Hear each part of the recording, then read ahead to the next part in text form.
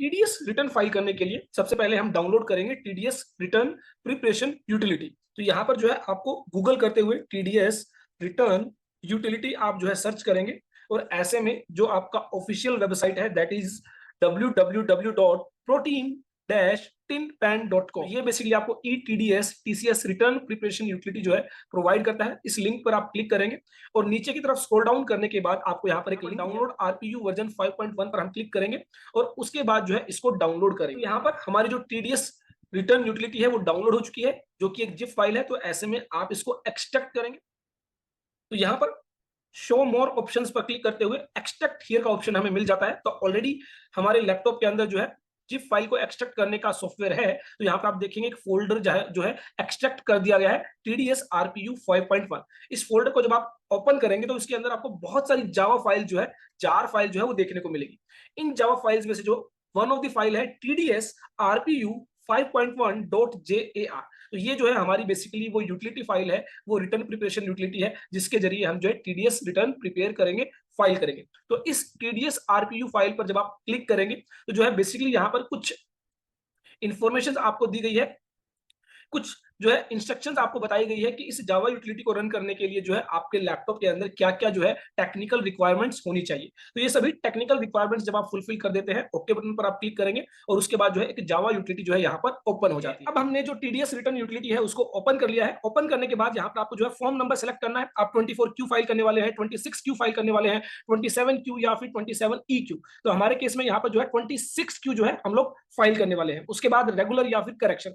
अगर आप fresh return file कर रहे हैं, ओरिजिनल रिटर्न फाइल कर रहे हैं, तो ऐसे में आप रेगुलर सेलेक्ट करेंगे। अगर आप रिवाइज रिटर्न फाइल करने वाले हैं तो आप करेक्शन सेलेक्ट करेंगे। तो यह एक फ्रेश ओरिजिनल रिटर्न है, तो ऐसे में हम रेगुलर सेलेक्ट करेंगे और उसके बाद क्लिक टू कंटिन्यू। अगर ऑलरेडी आपके पास कोई ड्राफ्ट फाइल है जो आपने सेव की थी, उसको आप यहाँ से ओपन कर सकते हैं। तो यहाँ पर क्लिक टू कंटिन्यू पर क्लिक करने के बाद जो है अब आपको जो है यहाँ पर कुछ सर्टेन डिटेल्स को फिल करना है। जैसे कि सबसे पहले फॉर्म आपको सेलेक्ट करना है, फॉर्म आपको फिल करना है, कुछ मास्टर डिटेल्स है, उसके बाद आपको चालान डिटेल्स फिल करनी है एंड आफ्टर दैट जो डिडक्टिव डिटेल्स है वो आपको फिल करनी है। तो 3 स्टेप्स में आपको यह जो है 26 क्यू रिटर्न जो है कंप्लीट करनी है। तो सबसे पहले हम यहाँ पर फॉर्म जो है फिल करेंगे। तो आपको यहाँ पर फाइनेंशियल ईयर सेलेक्ट करना है। फाइनेंशियल ईयर 23-24 लास्ट क्वार्टर के लिए जो है हम रिटर्न फाइल करने वाले हैं। फाइनेंशियल ईयर सेलेक्ट करने के बाद यहाँ पर आपको जो है क्वार्टर सेलेक्ट करना है। क्वार्टर जो है 4 के लिए हम रिटर्न फाइल करने वाले हैं। उसके बाद आपको टाइप ऑफ डिडक्टर सेलेक्ट करना है। तो यहाँ पर जो भी आपका स्टेटस है, आप इंडिविजुअल है, एचयूएफ है, पार्टनरशिप फर्म है, कंपनी है, एओपी है, बीओआई है, अकॉर्डिंगली जो है आप यहाँ पर सेलेक्ट करेंगे। तो यहाँ पर हमारे केस में इंडिविजुअल एचयूएफ के लिए जो है हम रिटर्न फाइल करने वाले हैं। उसके बाद आपको जो है यहाँ पर 10 नंबर एंटर करना है। तो जो भी आपका 10 नंबर है वो आप यहाँ पर एंटर करेंगे। आफ्टर दैट जो आपका परमानेंट अकाउंट नंबर है वो आपको यहाँ पर सेलेक्ट करना है। एंड देन अगर रिवाइज रिटर्न फाइल करने जा रहे हैं तो ऐसे में सर्टेन डिटेल जो आपको यहाँ पर फिल करनी होगी, जैसे कि is this A revise return, yes और नो आपको सेलेक्ट करना है। उसके बाद जो आपकी ओरिजिनल रिटर्न है उसका रिसिप्ट नंबर आपको यहाँ पर एंटर करना है। तो वो डिटेल्स आपको तभी फिल करनी है जब आप जो है करेक्शन, जो कि एक रिवाइज्ड रिटर्न अगर आप फाइल करने जा रहे हैं, तो हम एक ओरिजिनल या फ्रेश रिटर्न फाइल कर रहे हैं, तो ऐसे में आप देखेंगे सभी जो डिटेल्स है वो डिसेबल कर दी गई है। उसके बाद आपको एम्प्लॉयर डिटेल्स जो है यहाँ पर जो है सबमिट करनी है, दैट इज डिडक्टर, किसने टीडीएस डिडक्ट किया है। तो यहाँ पर जो है नेम आपको यहाँ पर सेलेक्ट करना है। जो आपका 10 नंबर के बेसिस पर जो आपका नाम है वो आप यहाँ पर एंटर करेंगे। आफ्टर दैट अगर आपकी कोई ब्रांच है, डिवीजन है, तो वो आप यहाँ पर एंटर करेंगे। हमारे केस में कोई ब्रांच या डिवीजन नहीं है। उसके बाद अगर आप एक गवर्नमेंट एंटिटी है तो ऐसे में आपको डीडीओ कोड, पीए कोड, डीडीओ रजिस्ट्रेशन नंबर वगैरह एंटर करना होता है। उसके बाद फ्लैट नंबर, जो भी आपका एड्रेस है वो एड्रेस आप यहाँ पर जो है एंटर करेंगे। Name of the premise, road, street, area, location, जो भी डिटेल्स आपके पास अवेलेबल है और जहां पर भी जो आपका स्टार यहाँ जहां पर दिया गया है जिस भी फील्ड पर, वो मैंडेटरी फील्ड है, वो जो है आपको एंटर करना ही है। तो यहां पर हमने सभी डिटेल्स को अच्छे से फिल कर लिया है।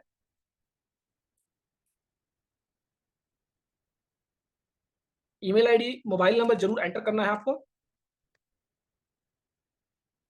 उसके बाद जो नेक्स्ट आपको डिटेल्स फिल करनी है, particulars of the person responsible for deduction of tax. जो डिडक्टर है, अगर मान लेते हैं डिडक्टर एक कंपनी है या फिर फर्म है और ऐसे में आपने अपने किसी एम्प्लॉय को या फिर किसी पार्टनर को या फिर किसी डायरेक्टर को ऑथराइज किया है टीडीएस डिडक्ट करने के लिए, तो सभी डिटेल्स जो है वो यहाँ पर आपको फिल करनी है। तो यहाँ पर हम जो है डिटेल्स फिल करते हैं। जो व्यक्ति टीडीएस डिडक्ट करने के लिए रिस्पॉन्सिबल है, उसका परमानेंट अकाउंट नंबर आपको यहाँ पर जो है एंटर करना है।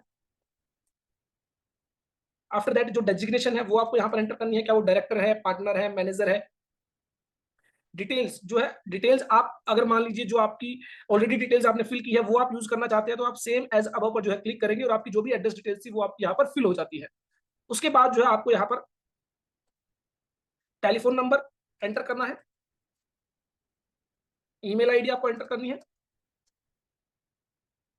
सेम ईमेल आईडी आप सेम मोबाइल नंबर यूज कर सकते हैं।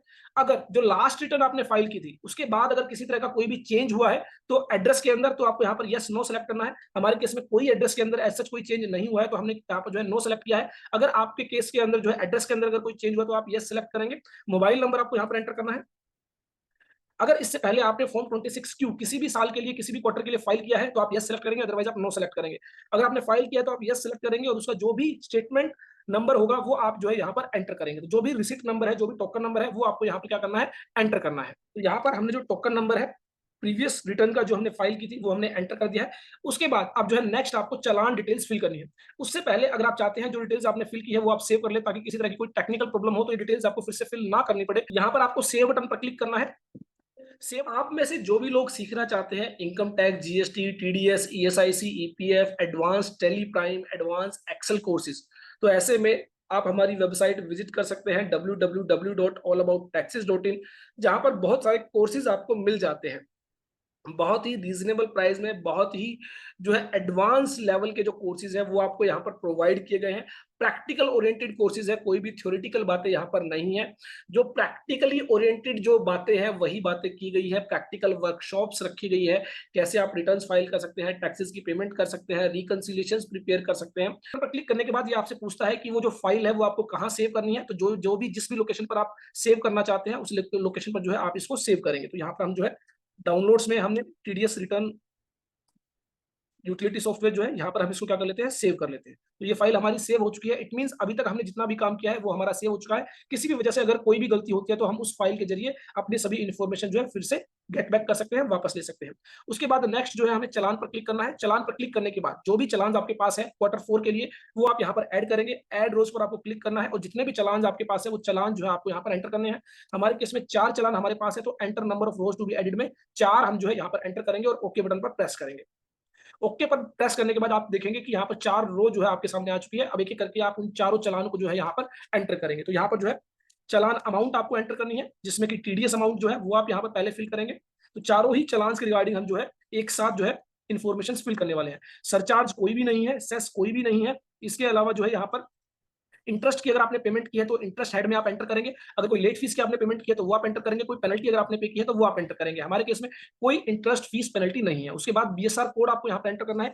बीएसआर कोड जो है यहाँ पर एंटर करने के बाद अगर यहाँ पर आप जो है कॉपी पेस्ट जो फंक्शन है वो भी यूज कर सकते हैं। अगर सेम आपका जो बीएसआर कोड है सभी चालान के अंदर, तो ऐसे में आप कॉपी करते हुए पेस्ट कर सकते हैं। कंट्रोल C कंट्रोल V का आप यूज कर सकते हैं। उसके बाद date on which amount deposit, तो जिस जिस डेट में आपने जो है डिपॉजिट किया है वो डेट आपको यहाँ पर एंटर करनी है। चलिए चारों चालान से रिगार्डिंग हमने जो डेट है वो एंटर कर दिया है। उसके बाद चालान सीरियल नंबर, ये सभी डिटेल्स आपको जो है अच्छे से चेक करने के बाद आपको एंटर करनी है। अगर आपने कोई भी डिटेल जो है गलत एंटर की तो ऐसे में क्या होगा, आपकी जितनी भी जो वर्किंग है वो जो है यहाँ पर वो सही नहीं हो पाएगी। जब आप टीडीएस रिटर्न जो जीएसओएन जो एफयूवी फाइल जनरेट करेंगे वो एफयूवी फाइल आपकी जनरेट नहीं होगी। तो मेक श्योर आपका जो बीएसआर कोड है, डेट ऑफ चालान है, चालान सीरियल नंबर है, ये सही से आप एंटर करें। उसके बाद अगर आपने बुक एडजस्टमेंट के जरिए डिपॉजिट किया है तो आप यस करेंगे। जनरली जो गवर्नमेंट एंटिटीज है उनके केस में ये ऑप्शन यस होता है, हमारे केस में यह ऑप्शन नो रहेगा। अगर कोई इंटरेस्ट अलोकेशन है, जो आपने इंटरेस्ट पे किया है चालान के अंदर, कितना अमाउंट आप अलोकेट करना चाहते हैं, अपोर्शन करना चाहते हैं, वो आप यहाँ पर एंटर करेंगे। अदर्स के तहत और किसी तरह की अगर कोई अमाउंट है तो वो आप यहाँ पर जो है एंटर करेंगे। उसके बाद आपको minor head of challan 200 TDS payable by tax payer, 400 TDS payable regular assessment. तो अगर आप फ्रेश रिटर्न फाइल कर रहे हैं तो आप 200 यहां पर सेलेक्ट करेंगे। और अगर टीडीएस डिपार्टमेंट की वजह से कोई डिमांड रेज की गई है उसके रिगार्डिंग आप यहां पर चालान की डिटेल्स फर्निश कर रहे हैं तो आप 400 सेलेक्ट करेंगे। तो हमारे केस में जो है यहां पर जो हेड होगा वो 200 होगा। तो सभी चालान के अंदर जो है हमने 200 सेलेक्ट किया है। चलिए अभी हमने एक एक करके सभी चालान डिटेल जो है यहाँ पर फिल कर ली है। उसके बाद जो है आपको डिडक्टिव डिटेल्स यहाँ पर फिल करनी है। अब यहाँ पर जो है डिडक्टिव डिटेल्स के रिगार्डिंग जो है आपको समझना होगा कि रो आप इंसर्ट करेंगे। इंसर्ट ए रो पर जब आप क्लिक करेंगे, अब आपको यहाँ पर ध्यान रखना है कि जिस चालान के अंदर जितनी ट्रांजेक्शंस आप रिपोर्ट करने वाले हैं उतनी आपको जो है यहाँ पर नंबर ऑफ डिडक्टिव रिकॉर्ड जो है ऐड करने होंगे। फॉर एग्जांपल चालान नंबर 1 के अंदर हमारा एक ही रिकॉर्ड है रेंट के रिगार्डिंग, चालान नंबर 2 के अंदर भी हमारा एक ही रिकॉर्ड है रेंट के रिगार्डिंग, चालान नंबर 3 के अंदर भी हमारा एक ही रिकॉर्ड है रेंट के रिगार्डिंग। लेकिन जो चालान नंबर 4 है उसके अंदर हमारे 2 रिकॉर्ड्स हैं। 194 क्यू के अंदर हमने जो है 2 ट्रांजैक्शन यहाँ पर रिपोर्ट करनी है, तो ऐसे में हम यहाँ पर क्या करेंगे, 2 यहाँ पर एंटर करेंगे। अगर आपके केस में उस चालान के अंदर 5 रिकॉर्ड्स है तो आप 5 एंटर करेंगे। अगर आपके केस में 3 रिकॉर्ड्स है तो 3 एंटर करेंगे। तो बेसिकली एक चालान के अंदर जितनी ट्रांजैक्शन आपकी कवर होती है वो आप यहाँ पर नंबर एंटर करेंगे। तो उसके बाद जो है यहाँ पर हम ओके बटन पर क्लिक करेंगे तो आप देखेंगे यहाँ पर हमारे सामने 5 रो आ चुकी है। तो आप देखेंगे चालान नंबर 1, चालान नंबर 2, चालान नंबर 3, लेकिन चालान नंबर 4 जो है वो 2 बार रिपीट किया गया है। इट मीन चालान नंबर 4 के अंदर जो है 2 रिकॉर्ड्स है, 2 ट्रांजेक्शन है। तो अब हम यहाँ पर जो है पहले जो है सेक्शन सेलेक्ट करेंगे कि चालान नंबर 1 के अंदर हमारा कौन सा सेक्शन है। तो यहाँ पर 194 IB जो रेंट ऑन बिल्डिंग के केस में आपको सेलेक्ट करना है, तो यहाँ पर 194 IB आप सेलेक्ट करेंगे। सेम जो है आप सेकंड चालान के अंदर यहाँ पर सेलेक्ट करेंगे और सेम वे में जो है आप थर्ड चालान के अंदर यहाँ पर IB सेलेक्ट करेंगे। फोर्थ चालान के अंदर जो है आपको 194 क्यू जो है वो सिलेक्ट करना है। तो यहाँ पर हम जो है पहले 194 IB सिलेक्ट कर लेते हैं एंड देन फोर्थ चालान के अंदर जो है हमें 194 क्यू सिलेक्ट करना है। तो इस तरह सभी चालान में जो भी हमने सेक्शंस जो है यूज किए हैं वो सेक्शंस हम यहाँ पर क्या कर देंगे, अपडेट कर देंगे। उसके बाद जो TDS डिटेल्स है वो आपकी चालान इंफॉर्मेशन से यहाँ पर ऑटोफिल रहेगी। आफ्टर दैट अगर कोई डिडक्टिव रेफरेंस नंबर है तो आप डिडक्टिव रेफरेंस नंबर एंटर करेंगे। हमारे केस में कोई डिडक्टिव रेफरेंस नंबर नहीं है। उसके बाद जो PAN number of the deductee है जिसका आपने TDS डिडक्ट किया है तो वो आप यहाँ पर पेन नंबर एंटर करेंगे। तो मेक श्योर आपने जो है सही पेन नंबर जो है एंटर किया है। उसके बाद कॉपी पेस्ट कर सकते हैं आप यहाँ पर। तो रेंट के केस में जो लैंडलॉर्ड है उसके रिगार्डिंग जो है सेम पेन यहाँ पर यूज किया जाएगा जो ट्रांजेक्शन है जनवरी फरवरी मार्च के लिए। उसके बाद 194 क्यू के रिगार्डिंग जिसका आपने TDS डिडक्ट किया है उसका पेन नंबर आप यहाँ पर एंटर करेंगे। लेकिन एक बात का आपको ध्यान रखना है कि जब भी आप पेन नंबर एंटर करेंगे मेक श्योर वो जो पेन नंबर है वो आपने सही से एंटर किया है। अदरवाइज क्या होगा कि अगर आपने पेन नंबर सही से एंटर नहीं किया तो गलत पेन नंबर पर आपको 20% का TDS डिडक्ट करना होता है। तो जब आपकी TDS रिटर्न प्रोसेस की जाएगी तो यह मानते हुए कि आपका जो पेन नंबर है वो आपने सही से फर्निश नहीं किया है तो उस पर 20% की TDS डिडक्शन के रिगार्डिंग जो है डिमांड रेज कर दी जाएगी। और एक बात का और ध्यान रखना है, अगर जो डिडक्टी है अगर उसका पेन और आधार लिंक नहीं है तो भी ऐसे केस में हायर TDS रेट आपको डिडक्ट करना है। फॉर एग्जाम्पल अगर रेंट की रिगार्डिंग है और पेन और आधार डिडक्टी का लिंक नहीं है तो 20% का TDS आपको डिडक्ट करना है। और अगर 194 क्यू के रिगार्डिंग है तो आपको 5% का TDS डिडक्ट करना है अगर पेन और आधार जो है डिडक्टी का वो लिंक नहीं है। उसके बाद नेम ऑफ द डिडक्टी जो है वो आपको यहाँ पर एंटर करना है।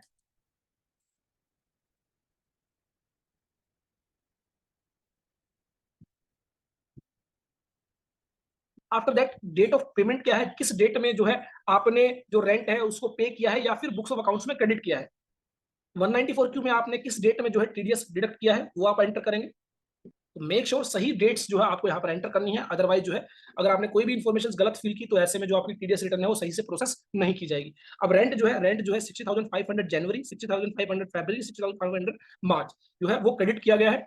और उसके बाद 194 क्यू के रिगार्डिंग हमने देखा था फर्स्ट ऑफ मार्च को जो हमारी ट्रांजेक्शन है वो जो है 2 लाख रुपीज की है जिस पर 0.1% TDS डिडक्ट किया गया। नेक्स्ट 39 लाख रुपीज की है जिस पर 0.1% TDS डिडक्ट किया। यहाँ पर आपको ध्यान रखना है कि बहुत सारे लोग क्या गलती करते हैं कि 50 लाख रुपए तक कोई TDS आपको डिडक्ट नहीं करना है। अब 50 लाख रुपए से जितनी ऊपर अमाउंट होगी उस पर आपको TDS डिडक्ट करना है। तो यहाँ पर रिपोर्टिंग करते हुए भी आप 50 लाख रुपए को एक्सक्लूड करेंगे। जिस अमाउंट पर एग्जैक्टली TDS डिडक्ट किया गया है वही आप अमाउंट एंटर करेंगे। हमारे केस में 2 लाख रुपीज की अमाउंट पर TDS डिडक्ट किया गया था तो 2 लाख रुपीज की ही अमाउंट एंटर की जाएगी। जो 50 लाख रुपीज की अमाउंट है उसको यहाँ पर एक्सक्लूड किया जाएगा। सेम वे में नेक्स्ट जो ट्रांजेक्शन थी 39 लाख रुपीज की ट्रांजेक्शन पर जो है TDS डिडक्ट किया था तो वो हमने यहाँ पर एंटर कर दिया है। कितना TDS डिडक्ट किया वो आपको यहाँ पर एंटर करना है।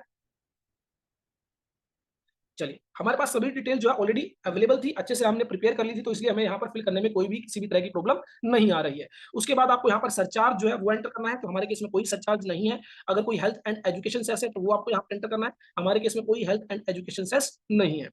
नेक्स्ट जो है टोटल टैक्स डिपॉजिटेड है वो आपको यहाँ पर एंटर करना है। किस डेट में आपने TDS डिडक्ट किया है तो वो आपको यहाँ पर एंटर करना है। तो जिस डेट में TDS डिडक्ट किया जाना चाहिए था हमने उसी डेट में जो है TDS डिडक्ट किया है। तो जो है अकॉर्डिंगली यहाँ पर हम 01/01/2024, 01/02/2024, 01/03/2024, 01/03/2024 एंड 14th ऑफ मार्च 2024। तो जिस जिस डेट में ट्रांजेक्शन हुई है उसी डेट में हमने TDS डिडक्ट कर लिया है। किस रेट पर TDS डिडक्ट किया है तो इनिशियली जो है यहाँ पर 10% की रेट पर TDS डिडक्ट किया है और जो 194 क्यू है वहां पर 0.1% की रेट पर TDS डिडक्ट किया गया है।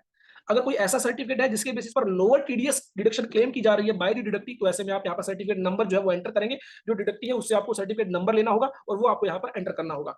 उसके बाद 194N के तहत कैश विड्रॉल पर जो टीडीएस डिडक्ट किया जाता है बाय द बैंक, तो वो यहाँ पर जो है बैंक जब अपनी टीडीएस रिटर्न फाइल करेगा तो वो अमाउंट जो है वो यहाँ पर एंटर करेगा। उसके बाद जो है amount of cash withdrawal in excess of 20 lakh rupees, तो 20 लाख रुपए से ज्यादा जो है अगर कैश विड्रॉल पर टीडीएस डिडक्ट किया जा रहा है तो ऐसे केस में अगेन बैंक जो है इस ऑप्शन को यूज करेगा। तो यहाँ पर ये जितने भी ऑप्शंस हैं ये बैंक के द्वारा यूज किए जाने हैं। बैंक जब अपनी टीडीएस रिटर्न फाइल करेगा और उस केस में जो है कैश विड्रॉल पर टीडीएस डिडक्ट करेगा तो इनको जो है वो फिल करेगा। हमारे केस में किसी तरह का ये ऑप्शन जो है यहाँ पर फिल नहीं किया जाना है। तो जब सभी डिटेल्स आप सही से फिल कर लेते हैं तो एक बार फिर से चेक कर ले कि जो भी चालान डिटेल्स आपने एंटर की है और उन चालान के बेसिस पर जो भी डिडक्टीज की डिटेल आपने ऐड की है वो आपने सही से एंटर कर दी है या नहीं। अगर सभी डिटेल्स आप सही से एंटर कर चुके हैं तो यहाँ पर जो है तीनों ही डिटेल्स फॉर्म, चालान और डिडक्टिव डिटेल्स हमने फिल कर ली है। नेक्स्ट हम क्या करेंगे, क्रिएट फाइल जो है ऑप्शन को यूज करेंगे। यहाँ पर क्रिएट फाइल बटन पर आपको क्लिक करना है। क्रिएट फाइल पर क्लिक करने के बाद एक जो है बॉक्स आपके सामने आ जाता है जिसमें सबसे पहले आपको चालान इनपुट फाइल जो है वो एंटर करनी है। उसके बाद यहाँ पर अगर कोई एरर, किसी तरह की कोई भी इंफॉर्मेशन जो है अगर यूटिलिटी के द्वारा जनरेट की जाएगी वो कहां पर सेव की जानी है, वो एड्रेस आपको यहाँ पर देना है, लोकेशन आपको देनी है। और नेक्स्ट है कंसोलिडेटेड फाइल, जो अगर आप करेक्शन या रिटर्न रिवाइज करने जा रहे हैं तो उस केस में यह ऑप्शन इनेबल होता है। आप देखेंगे हमारे केस में इसको डिसेबल किया गया है। तो यहाँ पर बेसिकली हमें क्या करना है, चालान इनपुट फाइल अब यूज करनी है। तो चालान इनपुट फाइल आपको कैसे डाउनलोड करनी है वो हम एक बार जल्दी से देख लेते हैं। चालान इनपुट फाइल के लिए आपको लॉगिन करना है इनकम टैक्स पोर्टल पर with your tan number, tax deduction account number and password. यहाँ पर जो है ई फाइल के अंदर आपको जो है ई पे टैक्स का ऑप्शन दिया गया है। इस ई पे टैक्स ऑप्शन पर आप क्लिक करेंगे। उसके बाद यहाँ पर आपको चालान स्टेटस इंक्वायरी CSI फाइल का जो है जो टैब दिया गया है, यहाँ पर आपको बेसिकली जो है पीरियड एंटर करना है, किस पीरियड से किस पीरियड के बीच आपके वो चालान डिपॉजिट किए गए जो इस टीडीएस रिटर्न के अंदर आप यूज कर रहे हैं। तो यहाँ पर आप क्या करेंगे, उस पीरियड को यहाँ पर सेलेक्ट करेंगे। तो हमारे केस में जो है फर्स्ट ऑफ जो जनवरी से लेकर फर्स्ट ऑफ जनवरी से लेकर यहां पर जो 30th ऑफ अप्रैल तक जो हमने चालान डिपॉजिट किए हैं, यहां पर हम इस पीरियड को जो है एंटर करेंगे। और उसके बाद आप देखेंगे यहाँ पर डाउनलोड चालान फाइल का एक ऑप्शन आ जाता है जिस पर आप क्लिक करेंगे। तो जो आपकी चालान जो CSI फाइल है, चालान स्टेटस इंक्वायरी फाइल है, वो आपकी यहाँ पर क्या हो जाती है, डाउनलोड हो जाती है। तो उसको आप उसी लोकेशन पर सेव कर लेंगे जहां पर हमने जो ड्राफ्ट फाइल को सेव किया था। अब हम क्या करेंगे, हम जो है टीडीएस रिटर्न को जो है प्रिपेयर करते हुए इसको यूज करेंगे। चालान फाइल डाउनलोड करने के बाद आपको यहाँ पर जो है CSI फाइल को जो है सेलेक्ट करना है। तो जहां पर आपने उसको सेव किया था वहां से आप उसको सेलेक्ट करेंगे। और जो एरर रिपोर्ट आपको कहाँ जनरेट करनी है, तो सेम वे में जो है आप यहीं पर इसको सेव करेंगे जहां पर आपने CSI फाइल को डाउनलोड किया था। उसके बाद वैलिडेट बटन पर आप क्लिक करेंगे। अगर सभी डिटेल्स आपने सही से जो है यहाँ पर एंटर की है तो ऐसे में जो भी आपकी FVUV फाइल है वो जनरेट कर दी जाएगी और फॉर्म 27A जनरेट कर दिया जाएगा। तो यहाँ पर आप देख पा रहे हैं file validated successfully at the path. तो जो पाथ हमने जो लोकेशन हमने दी थी वहां पर जो है हमारी जो फाइल है उसको FVU फाइल को जो है सेव कर दिया गया है। उसके बाद अब हमें क्या करना है, उस फाइल को जो है अपलोड करना है। तो यहाँ पर जो है हमारी फाइल जो है सक्सेसफुली अपलोड हो चुकी है। तो अब हम क्या करेंगे, उस फोल्डर के अंदर हमारी जो FVU फाइल होगी, ये जो है हमारी आप देख सकते हैं टाइप के अंदर FVU फाइल है, इसको अब हम क्या करेंगे, जिप फाइल के अंदर कन्वर्ट करेंगे और उसके बाद जो है इसको ऑनलाइन अपलोड करेंगे, TDS रिटर्न फाइल करेंगे। तो यहाँ पर हम क्या करेंगे, कंप्रेस टू जिप फाइल। तो ये जिप फाइल में जो है हमारी कन्वर्ट हो जाएगी। और उसके बाद जो है हमने जो पोर्टल पर लॉगिन किया था सेम वे में हम क्या करेंगे, पोर्टल पर लॉगिन करते हुए वहां पर जो है इसको अपलोड करेंगे। तो पोर्टल पर अगेन आपको यहाँ पर लॉगिन करना है और यहाँ पर ई फाइल के अंदर आपको इनकम टैक्स फॉर्म्स का ऑप्शन दिया गया है। फाइल इनकम टैक्स फॉर्म्स पर आपको क्लिक करना है। आफ्टर दैट जो फॉर्म आपको फाइल करना है वो फॉर्म आपको यहाँ पर सेलेक्ट करना है। तो हमारे केस में जो है हम यहाँ पर फॉर्म 26Q फाइल करने जा रहे हैं। तो ऐसे में हम क्या करेंगे, यहाँ पर फॉर्म 26Q फाइल को जो है सर्च करेंगे और जो है सेलेक्ट करेंगे। तो यहाँ पर आप देख पा रहे हैं deduction of tax at source form 24Q, 26Q, 27Q, 27EQ, इस पर आप क्लिक करेंगे फाइल नाउ पर। और उसके बाद जो है लेट्स गेट स्टार्टेड पर आपको क्लिक करना है।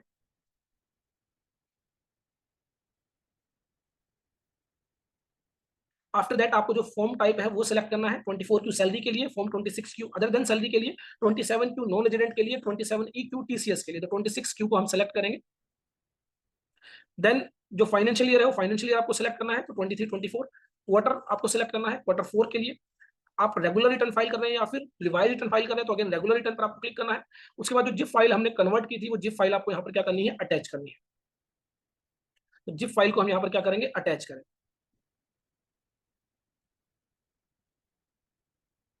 तो हमारी जो 26QRQ4 ये जो फाइल थी वो हमने यहाँ पर अटैच कर दिया। उसके बाद हम proceed to e verify button पर क्लिक करेंगे। उसके बाद आपसे पूछा जा रहा है do you want to proceed to e verify, तो आप यस बटन पर क्लिक करेंगे। आफ्टर दैट फाइनली जो आपका स्टेप है, अब आपको ओटीपी के जरिए जो है इसको वेरीफाई करना है। तो यहाँ पर आप आधार ओटीपी के जरिए भी इसको वेरीफाई कर सकते हैं, डिजिटल सिग्नेचर सर्टिफिकेट के जरिए भी आप कर सकते हैं, या फिर बैंक अकाउंट के जरिए भी आप ईवीसी ई वेरिफिकेशन कोड के जरिए भी आप इसको वेरीफाई कर सकते हैं। और इस तरह जो आप अपनी टीडीएस रिटर्न यहाँ पर सबमिट कर सकते हैं।